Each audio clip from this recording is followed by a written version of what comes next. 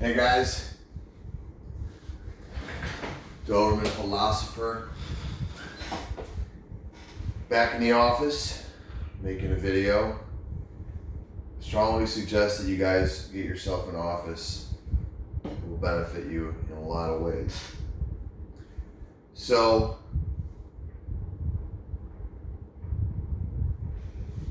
my last video, I talked about a little sexual escapade I had in France. I did go on that journey like I told you guys I was going to do. And that's important. That's another reason why I make these videos, because it holds myself accountable to my word. So, I said I was going to go to Europe. I did it. So now I want to talk about what I learned from that trip.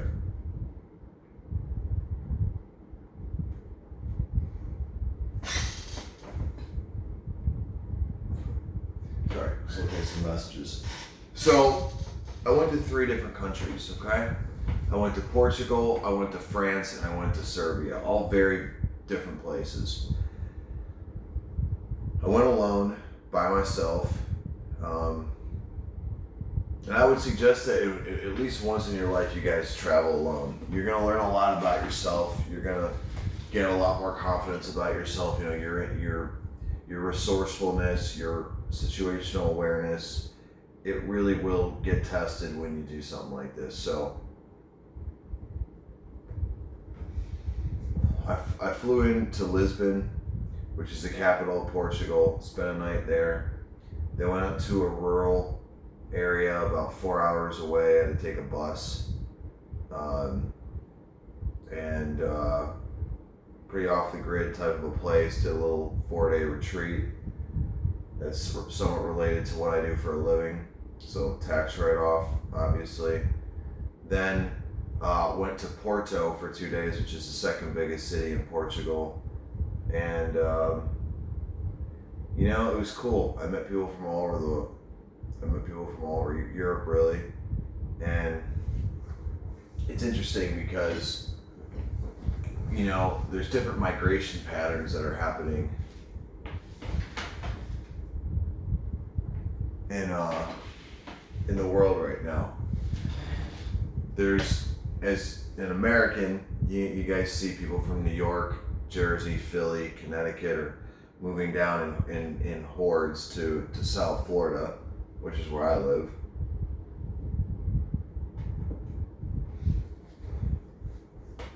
You see people from California moving to Austin, Texas, and Arizona. So in Europe, you have a lot of people that are escaping the same type of bullshit politics that we have in the United States to sorry, just waiting for my Uber Eats to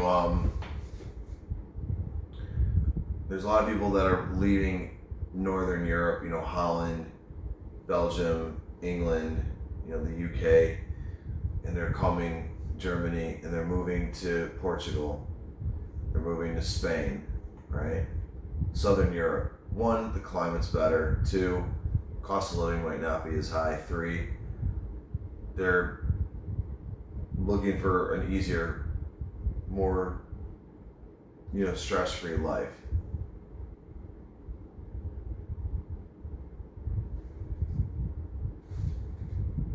Hold on.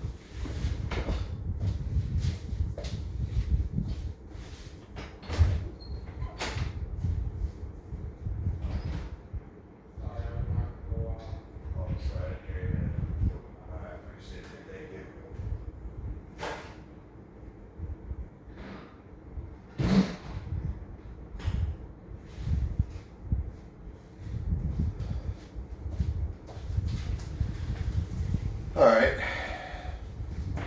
Knew eventually the guy would get here. So that was interesting to see that. But really, what I want to talk about here is the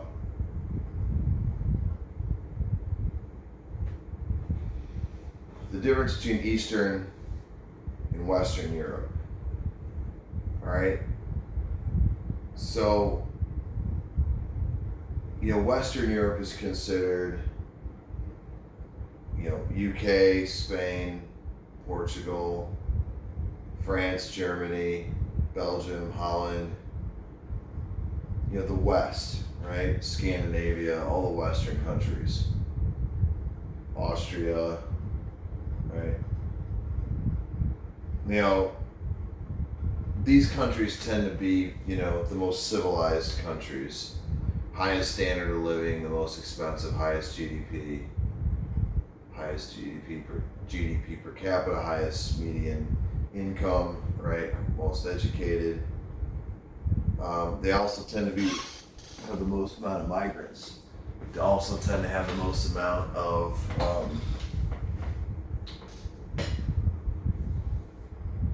miscegenation, right? And they really look down on people in Eastern Europe and people in the Balkans, right? Serbia, Albania, Romania, Montenegro, Macedonia, right? They think they're criminals, they're thugs, they're gangsters, and there's definitely, don't get me wrong, there is organized crime in these countries. There's organized crime in the United States, though, too. There's organized crime in Paris. So,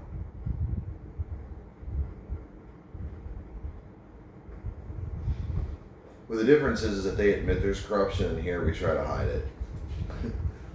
But the political correctness is not just a problem in the United States. It's it is. I very much felt it when I was in. At the retreat, there were a lot of people from northern, like Belgium, England, Germany, Holland, the civilized world, and you could really definitely tell they hate Trump. They have a very snooty opinion of United States.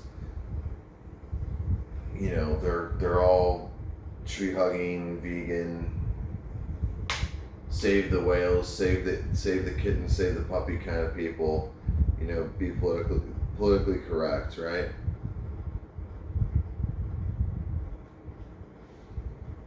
I went to Serbia, and people were badass. People were just proud to be Serbian, unapologetic, very knowledgeable about their roots, knowledgeable about their history. I've got a long history.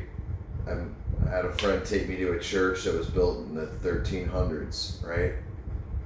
I mean, that's 400 years before America was even a country, right? So, 1776. So, it really was cool to see people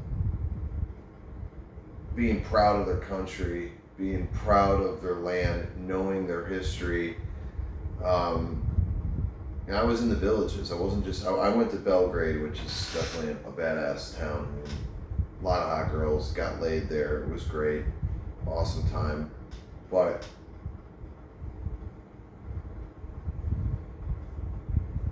I was in the villages there, so I don't speak a word of Serbian. I'm there. Again, had something to do with my business, but it was business related. But I got to know the culture, I got to know the people, and it's really an awesome experience when you get off the touristy bullshit. And some of the touristy stuff is great. Going to the Eiffel Tower was awesome. Going to downtown Lisbon was awesome. That was cool. Going to the Parliament building in Belgrade was cool, but like getting off of that and actually seeing how the real people live in the small towns is a whole nother experience. So, people have real community in these small towns, and these are homogenous countries, right? Meaning, they're not multi-ethnic like it is in the United States. Like, these are people where, they're all Serbian. They all look the same. I mean, not the same, but they're all Serbian. They're all descendants of the indigenous people of this land, right? They're not from all over the world. And there really is a strong sense of solidarity that I've found amongst them. Like, man, like we would just show up to people's houses and drink rakia with them, which is the local drink there, and just smoke, talk, bullshit, whatever. No need to call. They'd always offer you food, a coffee, a drink, water, whatever. There was a real sense of that. There was a real sense of, everybody knows everybody. People have generations in these villages, and they know each other, and they have long ties and like deep roots. And you compare that to a place like Miami, where everyone's from somewhere else. People from New York, Brooklyn, Philly, Jersey, DC, Connecticut, South America, Russia, Ukraine, right? And it's like the depth of the relationships is very shallow here. It's a very shallow place in general, right? Living in Miami's, it's shallow. It's fake. It's all full of fucking fugazis walking around trying to act like, they're some fucking celebrity. So it was just the place was just so genuine, so real. Like nobody was trying to put up a front or anything like that. People just were living their lives. I saw family, like men having beautiful wives, kids, community. I didn't see any. They don't have transgender there. They don't even know what that is. Like it's like they look at what I was explaining to them how life is in America, and they couldn't believe it. Like it was a total shock to them.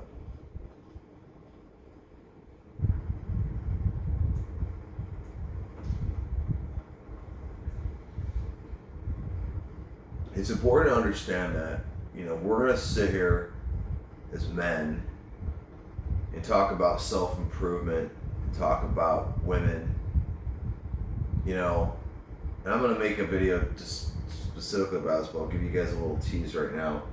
I can absolutely understand why someone like Andrew Tate would choose to live in Romania, because Romania is a Balkan country. It's right next door to Serbia. They literally border each other. They're just east of Serbia.